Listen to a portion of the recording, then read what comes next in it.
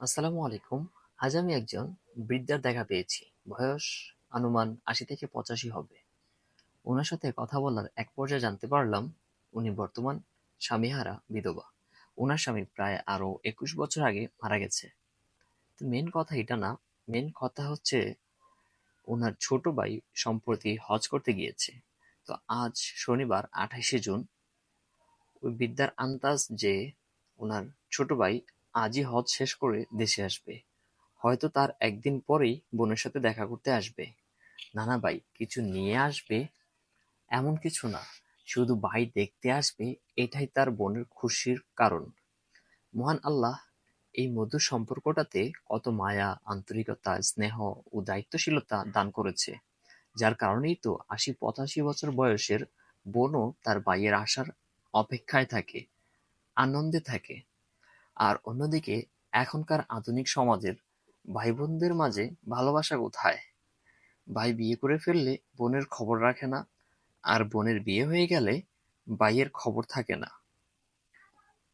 বিয়ে তো বাদ দেন, উপকারে না আসলে কারো কাছেই কারো খোঁজ খবর থাকে না।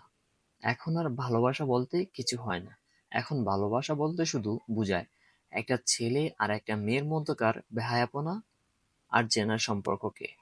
তাই প্রত্যেক ভাই ও বোনদের বলতে চাই, এই বৃদ্ধ ভাই বোনের বর্তমান ভালোবাসা থেকে আমাদের অনেক কিছু বোঝার আছে। সম্পর্কের সুখ শুধু টাকা পয়সা আর ভোগ বিলাসিতায় আসে না।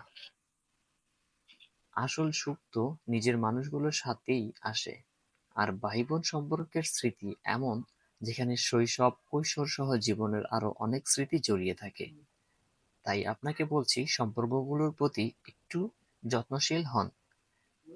জানি আপনি খুবই ব্যস্ত, তারপরেও একটু হলেও সময় দিয়ে নিজের বোনের বা ভাইয়ের খোঁজ খবর নিন। তখন দেখবেন, যদি উনি পৃথিবীর শ্রেষ্ঠ সুখী মানুষও হয়, তাহলেও ওনাকে এই অনুভূতিটা আলাদা খুশি প্রদান করবে। আর হ্যাঁ, আপনাকেও। আজকের জন্য এতটুকুই। খোদা হাফেজ। আসসালামু আলাইকুম। ভালো থাকেন।